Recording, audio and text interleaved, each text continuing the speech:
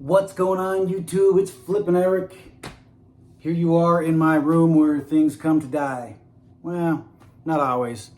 These shoes over here ain't dying. But this is my death pile room. And so I got an order today. I would like to know what everybody else would do. If you want to comment, please do.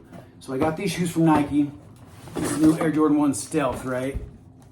So I don't know how big into shoes you might be, but if you pull it out and your box showed up like that, thus devaluing this shoe probably $10, would you send it back?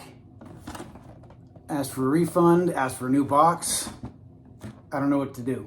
Anyway, I'm kind of miffed about that because it's not often I buy Air Jordan 1 shoes. So as long as you're here, you might as well check them out though, right?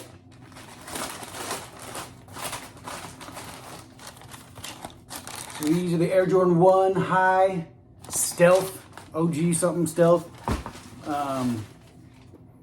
Not much to these.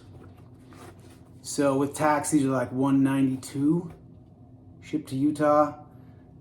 These will probably end up on my feet at one point, unless the price goes up. Right now, I could probably sell them for like $210 if I wanted to, or return them to Nike.